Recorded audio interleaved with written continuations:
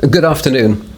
The critical measures that we have introduced to manage the spread of coronavirus in Jersey, which include social distancing and stay-at-home instruction, have caused unprecedented disruption to our society, local businesses, and the wider economy.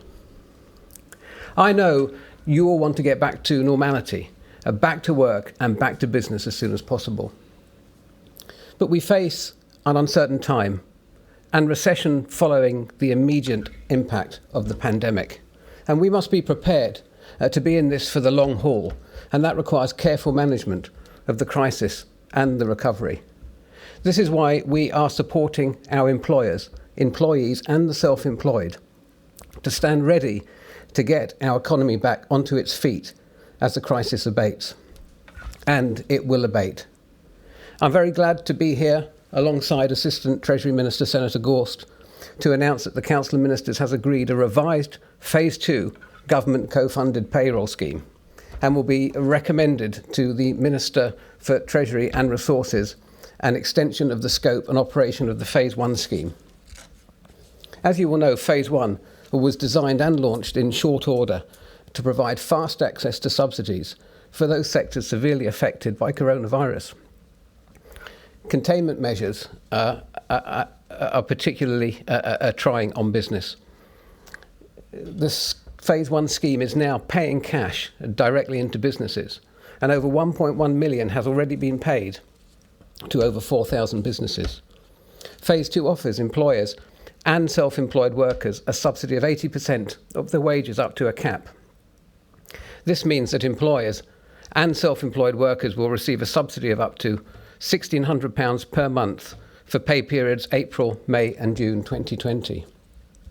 This revised scheme has extended coverage to groups previously not covered and includes a far wider range of industries, including air transport, private waste disposal, freight, transport, media activities, advertising and design agencies, and digital businesses, estate agents, recruitment agents, vets, architects, local legal accountancy practices, and security firms, to name but some.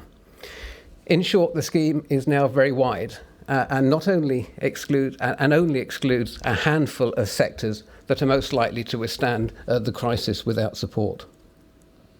We have also relaxed the test for inclusion, requiring businesses to show only a 30% loss in turnover to qualify. This makes Jersey's scheme amongst the most generous in the world, on a level with that offered by the government of New Zealand and significantly less than the majority of other countries. I will ask Senator Gorst to talk in more detail about the financial aspects of the scheme and how businesses and those self-employed workers will be able to apply. After that, we would welcome any questions from the media. Thank you. Ian. Thank you, Deputy Chief Minister. Senator Farnham and myself were keen to continually test our assumptions when we not only announced the first scheme, which has become known as the £200 a week scheme, but also the Phase 2 scheme. Let us remind ourselves that we announced that enhanced scheme over a week ago, before medical advice recommended a lockdown. And once we had announced that scheme, and once we'd then moved within a few short days into lockdown, he and I knew that the assumptions that we had used to develop the Phase 2 first approach would need to hit the reality of the lockdown. And officers have been working to refine those assumptions. And of course, the lockdown has affected far more businesses than social distancing the prior week where we made that first announcement. And so with the extra inclusions in this scheme, it takes the total cost of the scheme for 3 months up to £140 million. That's over the course of 3 months. But we in Treasury have budgeted not just for those 3 months, but also for a potential extension of 2 months. That then would take the scheme up to £280 million. That, of course, is on top of the £180 million that Senator Farnham announced of support to businesses, with deferrals of social security contributions, deferrals of GST contributions, underwritten bank loans to 50 million, and an investment fund of 50 million as well. As Senator Farnham says, this scheme requires a co-payment by the business of 20%, and the government refunds 80% up to a cap. It is available for employees in companies who are earning less than £10,000 a month. So we're taking those who should have had some forethought and prepared for themselves out of this scheme, but we recognise the difficult financial situation that many islanders in many employment sectors across the island are facing, and this scheme supports them. It is not the only support for islanders. Of course, we have the income support scheme as well, and we know that many islanders, at the last update we had, there were over 1,000 extra applicants for income support. We also know that we have a new scheme that the Social Security Minister announced for under 5 years, and a scheme for those who've only been in the island for 6 months. I want to thank all of those businesses who have contacted Senator Farnham and myself, those who have picked up the telephone to us and had reasoned, rational conversations with us about how social distancing and the lockdown was affecting their business and their employees. And it is those individuals, those business owners, those employees that we have listened to, we've understood their concerns, we've tested our assumptions, and we believe that this bold, this big, but this appropriate scheme is now right to take us through this health element of the crisis. But let us also be clear, we as a government come into this crisis in a strong financial position, as I said just over a week ago. But our resources are not infinite, and I believe we have a duty and an obligation to our children and those that will come after us to replenish and to refresh the reserves.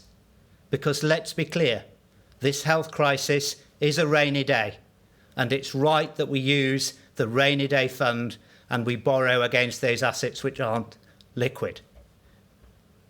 But future generations may also face rainy days. And so as we make the relatively easy decisions to spend the reserves that others have put aside for us, we will also, as we come out of this health crisis, have to make the difficult decisions to refill the rainy day fund, to repay the debt, and that will be a challenge. It will be a challenge for individuals.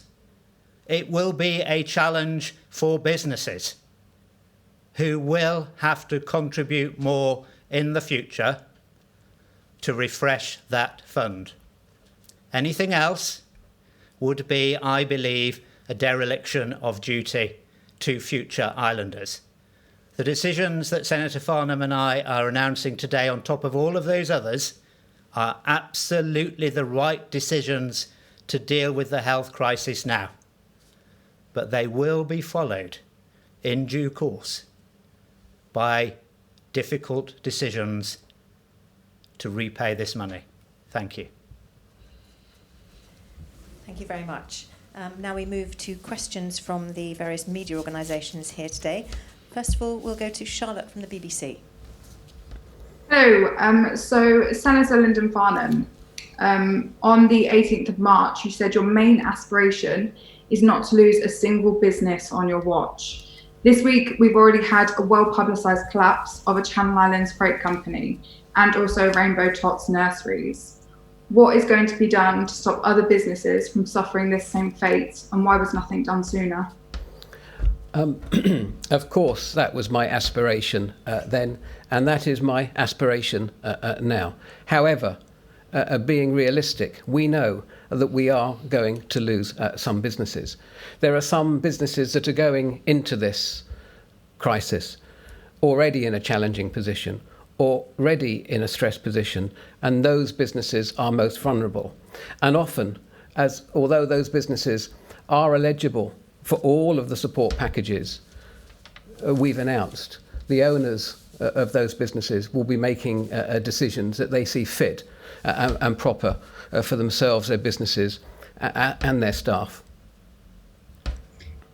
And can I go again? Is that okay? Yes, go ahead. Okay, great. So this scheme is all about retaining employees, but some companies can't even afford the staff, even with the support in place.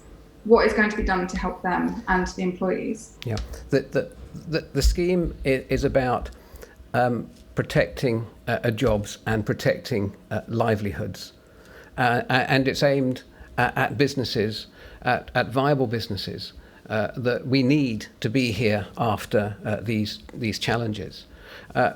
Trading through this and keeping staff on will be right for some businesses, but it might not be right for others.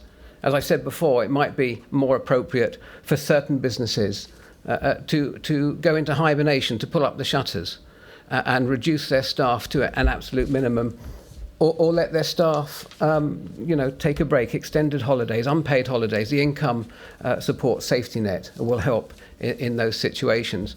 So they are in a position to be able to reopen and play their part in rebuilding the economy as the crisis subsides.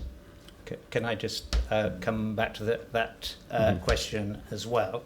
And we don't want to dodge difficult questions. One of the other pieces of work that officials across government in both Senator Farnham's department and my financial services department is doing is looking that now we have the ability during this period of crisis to bring forward legislation much more rapidly and have it approved than we've had before. We're looking at the equivalent of what in the UK is called a PrePAC.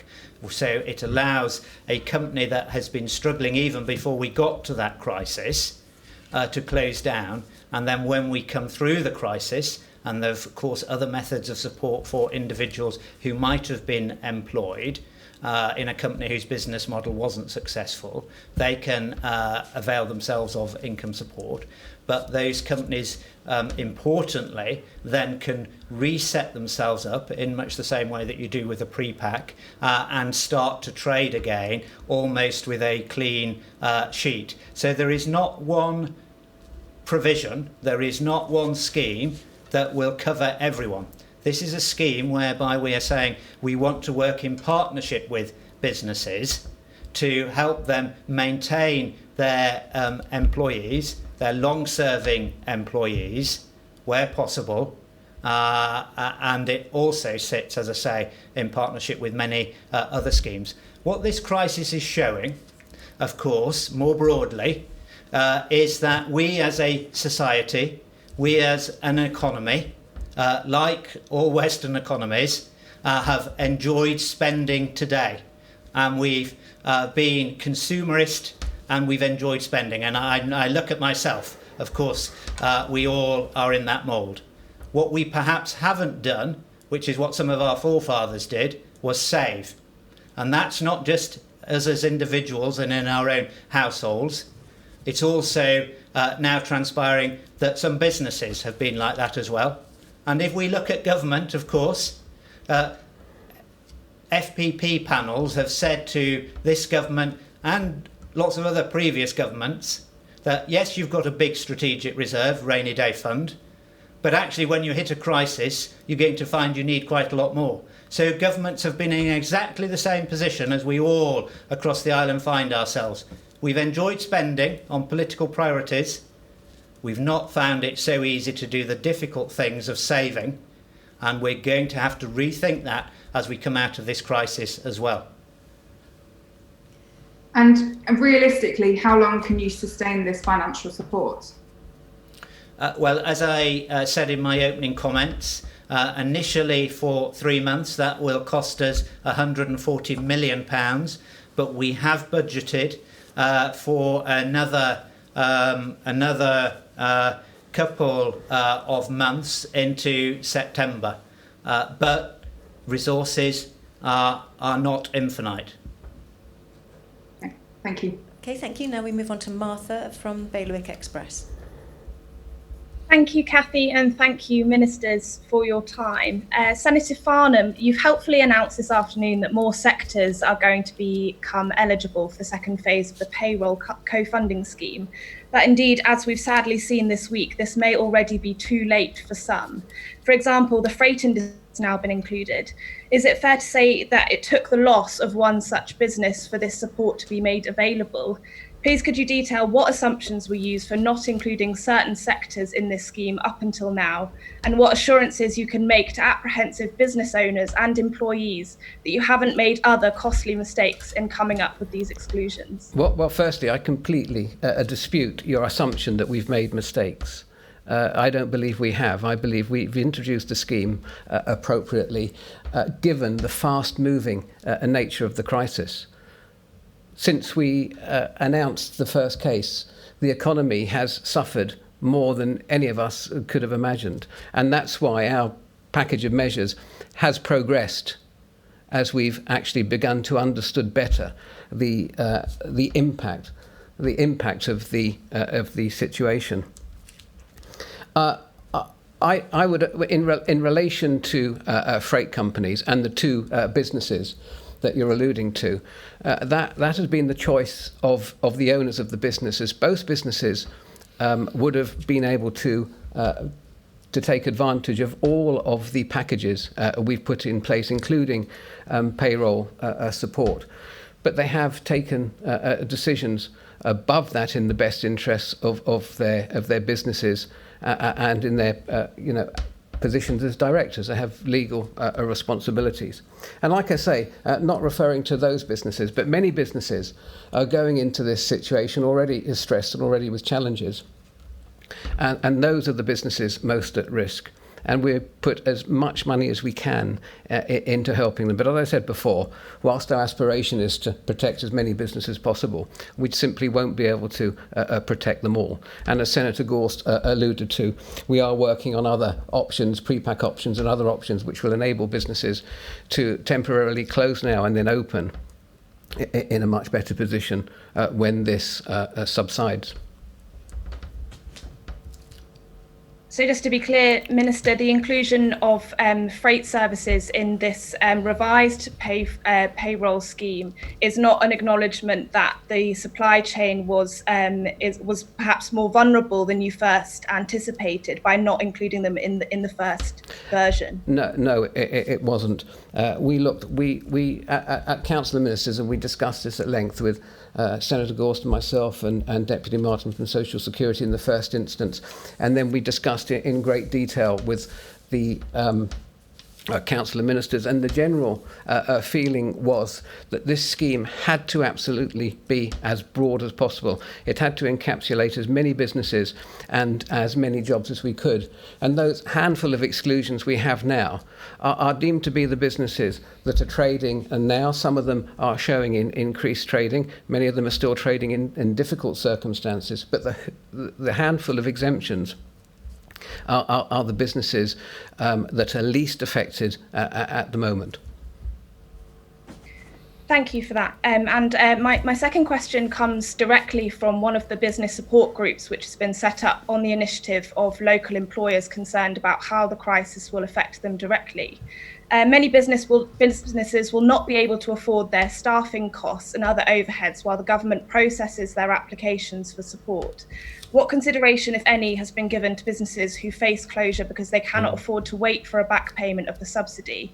And please, could you also confirm how long it currently takes for an application for the wage subsidy to be processed and when businesses will expect payment? Okay, thank you. So if we use the £200 scheme as an example, because that's a real example, it's not just pontification, that scheme, the application form process was made public on the 1st of April. We are now the 9th. The payments, I think, as Senator Farnham said, just over £1 million to 4,000 individuals employed. Those payments will hit their bank accounts first thing in the morning. So they've been made during the course of this day, and they will be hitting bank accounts then. Of course, when we get to the end of April, we would expect either a similar length of time or a shorter period of time. Sorry, just to be clear about the line of that question, it was more about the 80% wage subsidy, so the second phase. Am I correct in understanding that the employers will have a back payment from the end of April in order to cover costs incurred over the month? That's correct, exactly the same, in the same way that the £200 scheme that was announced mid or late March is being paid overnight tonight. So in that vein, what support is being given to those businesses who don't need cash at the end of April, they need it right now? Well, as I say, this is one part of a number of schemes.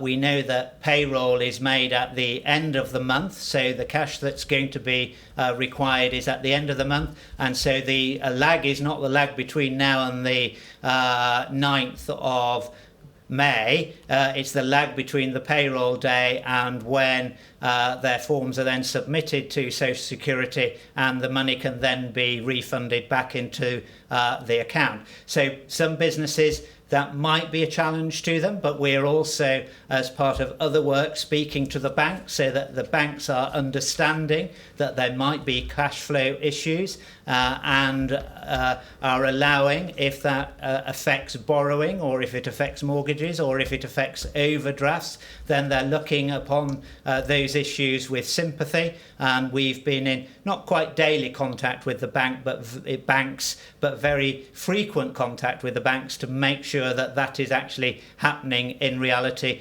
to alleviate the concerns that I think you're asking about. Thank you. And lastly, if I may, Senator Gorst, you've said today that as the island recovers financially from this crisis, people will have to contribute more. What form will these extra contributions take, and should people and businesses brace themselves for taxes to go up after this crisis? We don't, of course.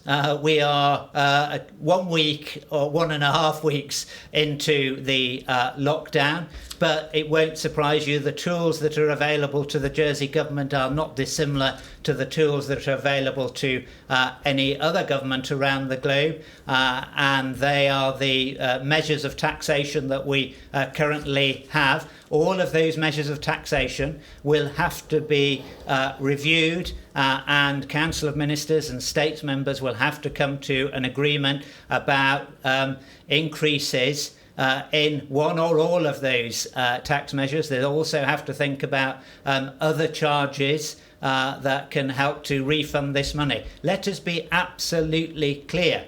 There is no such thing as free money. The government does not have its own money. Taxpayers pay for the money that governments spend. And as we are taking this decision, which is the right decision, absolutely it's the right decision, we also need to be mindful that these monies, this stabilisation fund, the rainy day fund, the borrowing that we're going to need to do, they will need to be repaid. Otherwise, we will be failing in our responsibility to our children. And I, for one, am not prepared to let that happen. And can I add to that, as to what Senator Gorst says? Whilst we recognise that, and I think all islanders and businesses will realise that in the months and years ahead, we're going to have to work hard, as previous islanders did, to replenish our reserves. We're equally pacing ourselves now to ensure we have significant funds to invest in the recovery. So whilst we are going to have to replenish our reserves in the years ahead, we're also going to make sure we have the money to invest in the economy to bring it to bring it into recovery and to help us deal with the forthcoming recession. Thank you both for those answers. Thank you, Martha. And now we'll talk to Ian from the JEP. Hi there, can you hear me? Yep. Yeah. Okay, just a couple of questions. I've spoken to a partner in a law firm today, and he said to me that legislative changes are being considered to help otherwise viable businesses avoid insolvency proceedings during the crisis. Could you confirm if that's correct, and if so, when this is going to happen?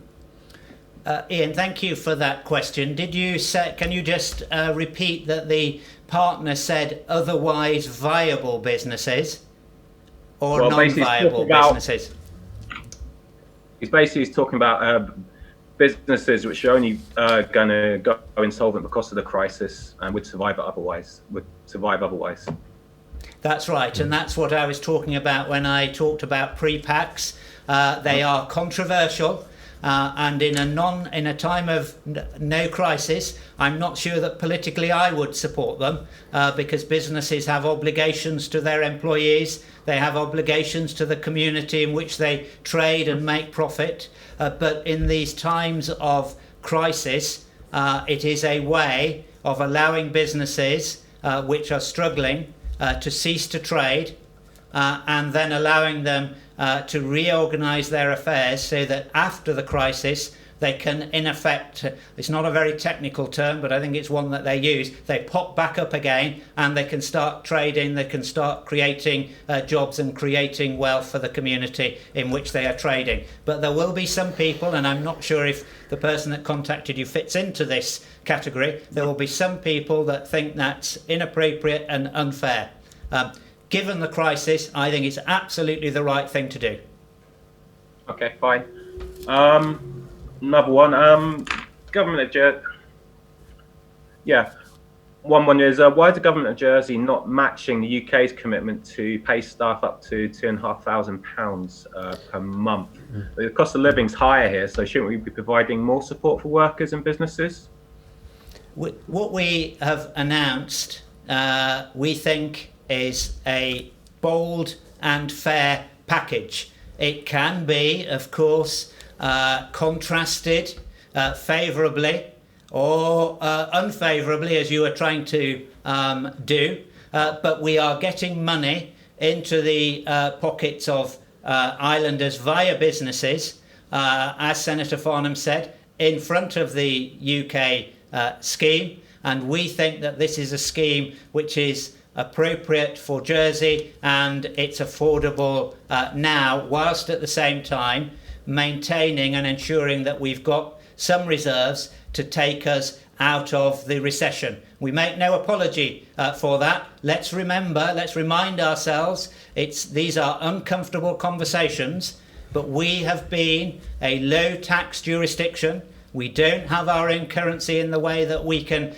print money. We have not taxed our community excessively, as some of our neighbours have. And interestingly and importantly, of course, because we're not a sovereign state and we have those other constraints, it would not be appropriate for us to borrow in the same way that some of our neighbouring larger countries are doing. That would be, in my view, and others can disagree, simply mortgaging again our future for the immediate crisis. It would be the wrong thing to do. So let's not just pick and choose something that we like over here and forget how they've got there. Let's look at what's being provided.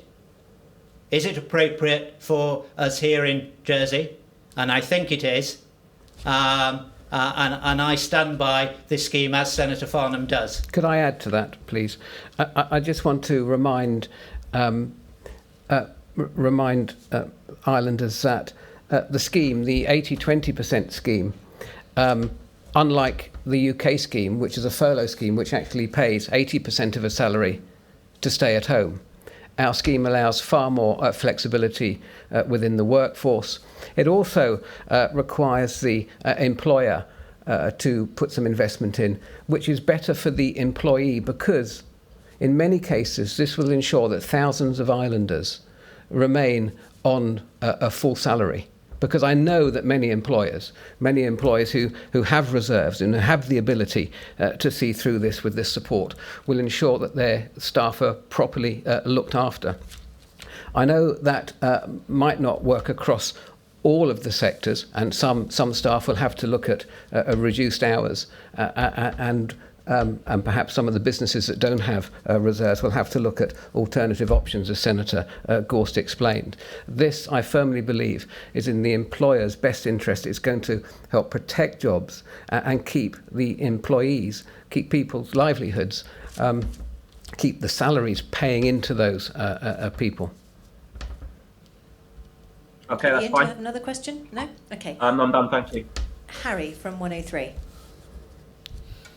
Thank you very much. Can I just some clarity on some of the industries that are now part of this scheme that went before? You went through the list quite quickly. Just because we've had obviously a lot of industries get in touch with us, very upset. A couple of them that come off the top of my head right now are Jersey Gas and veterinary services. Are they part of this scheme? And are you happy with the communication with these industries that haven't been part of this scheme before that are now? A lot of them are saying that they felt in the dark and very uncertain, and that communication with government hasn't been great during this, especially the last week or so. Thank you. Well, of course, I feel that we've been very clear, and whilst it's not been ideal, we have needed time to put the detail around the scheme. I announced in a statement to the Assembly last week, and that we would be making this announcement today, and we are. I have been, and my officers from the government have been in non-stop communication with hundreds, if not thousands, of businesses and islanders about this. And we have been in discussions. We are in discussions with Jersey Gas and other larger strategically important companies with a view to helping them. And those businesses that need help will get help. We are about bringing business and people through this. So those discussions are ongoing. Of course, the payroll scheme, which applies to most sectors, might not be appropriate for some of the larger companies that are involved in our essential infrastructure. But we do have a special situations fund, and that fund contains £50 million, and we can use that money also to support those companies in ways that may be more advantageous to them and the taxpayer. It is important, if I can follow Senator Farnham, that we are not just that we remain careful with islanders' money, because that's what it is. That's what we're announcing. We're going to be spending islanders' money, and so there are safeguards in the scheme that we announced. There will be audits. We will be reviewing companies' books to make sure that it's appropriate. But as Senator Farnham says, as a rule of thumb, utilities are not in this scheme.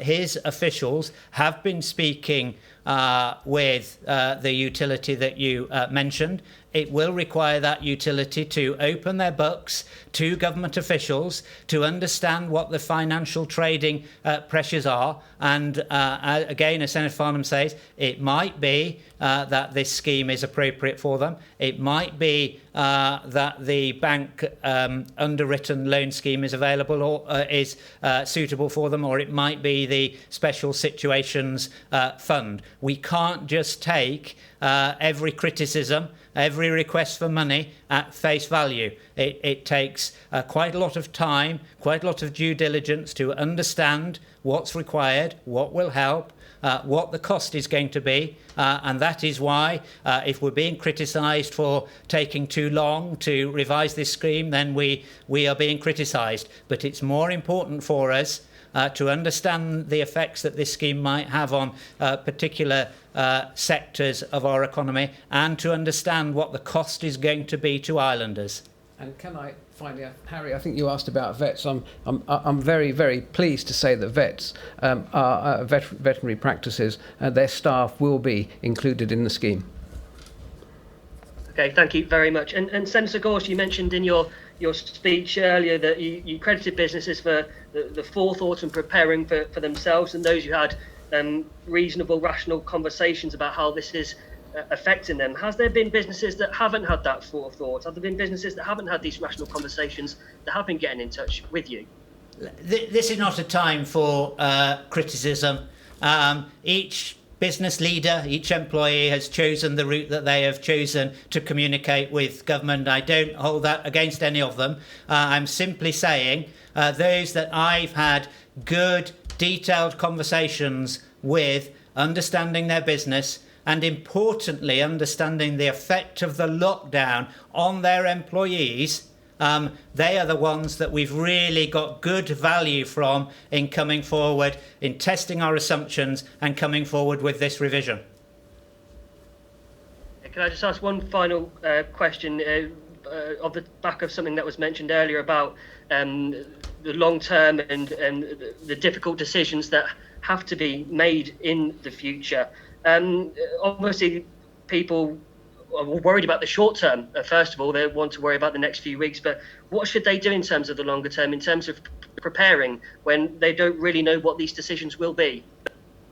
Harry, that's a really good question, because every single one of us, whether we accept it or not, even government ministers, do not know what the next few weeks are going to hold. We've planned, we've modelled, we've asked islanders to stay at home, but we know that this virus is here amongst us. We know that some islanders are going to lose their lives because of this virus. But what we do know is that Jersey has always got through every trial and tribulation that has been thrown at it. And goodness knows, we know that some of those trials and tribulations have been far greater than elsewhere. So we know that we will get through it. We are all focusing on the next day. Some of us with children at home, homeschooling, half a day is enough to think about. Others of us who've got nothing to occupy ourselves, sometimes an hour at home seems a long time. But we in government are preparing for the health element of this crisis, endeavouring to flatten the curve, but that's not an exact science, and it's very difficult, because if it goes too high, there's potential for more islanders to die without the appropriate medical equipment. If it goes too flat, the cost to government of schemes like this and the mental health turmoil that islanders will face being locked away for week on end is also a problem. But whilst we're doing all this and trying to source supplies from areas of the world that we might never have thought we were going to have to source supplies from, we are also thinking about how can we get out of this lockdown? How can we return to some semblance of normal life? And how can we stimulate, as Senator Farnham said, the economy into the future? We have got to be better at talking with islanders, at communicating with islanders about what's going on, about what our thinking is, about what our supply lines are. And I know that people have put a lot of work into this, and we're going to continue to do that into the future. So there is uncertainty. But I believe there is one certainty also, and that is we've come through terrible things in the past, and we will come through them again. And I'm not supposed to be quoting Her Majesty, but I think she summed it up beautifully when she said, we will be with our family again. we will be with our friends again, and we will meet again. Let's all hold on to that throughout this uncertain period. Harry? So now we move on to Gary from ITV Channel. Ministers, hello to you. To Senator Gorst, the Special Situations Fund, does it actually exist? How much money is in that fund? How many special situations have you considered so far? How much has been paid from it and to whom? And to Senator Farnham first as Deputy Chief Minister, when frontline health workers in the hospital and care homes and in the community and the Jersey Care Federation say there is a shortage of personal protective equipment, and when the Chief Minister puts out a late night YouTube video saying there's enough, who do you believe, the Chief Minister or those who are actually doing the job? Okay, I will go first. There is a worldwide shortage and huge logistical issues around the procurement of PPE, and Jersey is not exempt from that. Of course, I believe the Chief Minister. We do have enough for now. The challenges lie ahead in making sure our supplies remain replenished. And I can assure islanders and everybody working on the front line that is being treated as the highest priority by officers across the government. Can I just add to that as well? Because some ministers are being criticised, and I think unfairly. So we could look back and try and blame each other for how we've arrived at the situation that we are today. That would not be productive. It would not be helpful. It wouldn't help us deal with the challenges that lie ahead. But if we do for a moment, it's apparent that there wasn't a coordinated, joined-up approach to, in the past, ensuring that there were sufficient PPE right across our community. But as the Health Minister said this afternoon in the States, there are thousands of different types of PPE in Jersey right now available for workers that need it. I think it's something like 10,000 masks. 100,000. 100,000 masks, sorry. There are not as necessarily those great quantities of all the lines. Different types of PPE, according to the Medical Officer for Health, so I am not a clinician or a medic, but according to the Medical Officer for Health, different types of PPE are appropriate for different settings. And I think there are some concerns about what's appropriate for what setting. And it is right that also the Health Department are ensuring that PPE is used appropriately, because again, as Senator Farnham said, there is a worldwide supply chain challenge about getting PPE transported from where it's produced to where it's needed.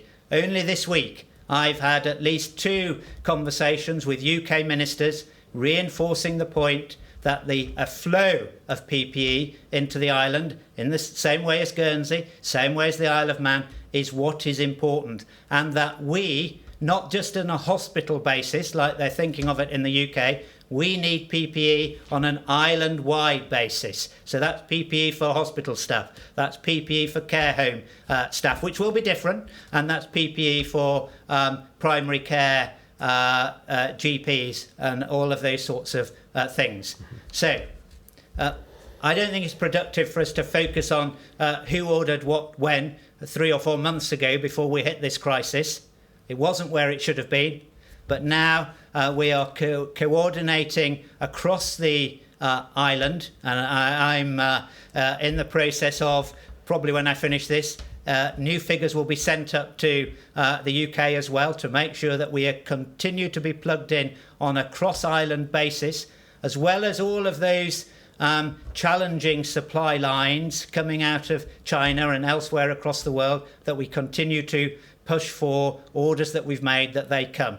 But as the Health Minister said, it's about a he used the word constant. I would perhaps use the word more reasonable flow of PPE into the island to help support workers. And I am confident that we are in a much better place today with that than perhaps we were 3 weeks ago. But Gary, you asked me directly a question about the Special Situation Fund. We can always rely on you to ask the question that there is a difficult answer to, and that is that although it was initially envisaged that some of that Special Situation Fund, so there's £50 million allocated, I answer that question, that's budgeted for. It was envisaged that some of that fund might be used for sustainable air links. There's still a conversation taking place around where the support for the sustainable air link will come from, but it could come from that fund. Other than that, this is one of the longer tail proposals. Other than that, to date, I'm not aware that any money has been used from that fund because there's extra due diligence required. There's extra safeguards required because it's not just necessarily about loaning money, it's also about taking equity stakes in critical infrastructure. So that's still going to take probably a few more weeks before it's actually online to be used. Just a couple of brief follow-ups. I know everybody's wanting to dive in and you two are busy people. First of all, Senator Gorst, as other countries have modelled what they expect their peak unemployment to be at the height of this crisis, what does your model show unemployment will reach in Jersey? And Senator Farnham, talking about tough times ahead, whether that's austerity or however you describe it, can you or can you not rule out a rise in GST? So, Gary, we know from the announcement from the Stats Unit that unemployment's currently around 1,000. That's a big increase on what it was either last month or the month before. I'm just trying to recall off the top of my head. I think there's something like an extra 1,000, or there was at the end of last week, an extra 1,000 people making application for income support. I don't have the modelling figures in front of me for unemployment, but let's be clear. During the course of the financial crisis, when or the start of it, when I was at Social Security, unemployment got over 2,500 people. It is not an unreasonable assumption to think it could be at that level again, even despite these schemes. We hope that these schemes will be a downward pressure on unemployment, but even so, we can expect to see it continue to rise. Just quickly, before Senator Farnham answers GST, you said you don't have the modelling figures in front of you. Is that you confirming that model does exist? I have got no doubt at all that Social Security will have that model. They had a model like that when I was at Social Security quite a long time ago now, so I've got no reason to doubt that they don't have one. And Gary, in relation to your question about GST, I'm not going to rule anything in or out right now, but what I want islanders to be rest assured about is the fact that any decisions that are taken about tax restructuring in the future will be taken based on evidence, based on facts, based on the experience of what we're going through now in this crisis. And as Senator Goss said earlier, will be taken to ensure that we are in a position to replenish our reserves for future generations. Okay, thank you, Gary. I know Martha has another question. Martha from Bailiwick, go ahead. Thank you, Cathy. Ministers, we've heard several times that this is the largest economic recovery package that Jersey has ever seen, and you've explained helpfully today that over £1 million in support has already been paid out. In terms of your other support packages, I was just wondering if I could dig into a bit more detail on those. Can the ministers confirm if the government have guaranteed any loans so far, and if so, to what value? And how much of the joint Channel Island Lottery Fund for charitable support has so far been allocated, and to how many organisations? Thank you. you want to do lottery? Just okay. In relation to the lottery, we are working with a new funders group with the view to putting the 2019 lottery fund, some 2.7 million, if I remember rightly, plus additional funds from dormant bank accounts and other small pots of charitable money that are lying around. We're looking, and we're about to make a proposition very shortly to put all of that money into one fund and give it to the new funders group to get distributed to the charitable sector as quickly as possible. There'll be an update on that early next week. So when it comes to the loan guarantee scheme, I signed that scheme off. I think it was earlier this week. There was a public announcement. So I would expect that businesses are now approaching banks. They will do their due diligence and their credit rating. That will then come into Treasury. But I'm not aware of any that has gone from the sign-off, which was either Monday or Tuesday. I'm looking to Kathy. I'm not sure she can remember better than I can. Yeah, the last week's a bit of a blur. Yeah. And we would then probably expect to see those coming through to Treasury during the course of next week. Yeah. And to be clear, there will be formulated reports, at least weekly reports on these figures. It's just started to get going, as Ian has said, but we expect to give you more chapter and verse and more detail of that during the course of the next week. But we will be having, I have asked, Senator Gorst has asked for at least weekly reports on all of these, of the participation in some of these schemes. Thank you.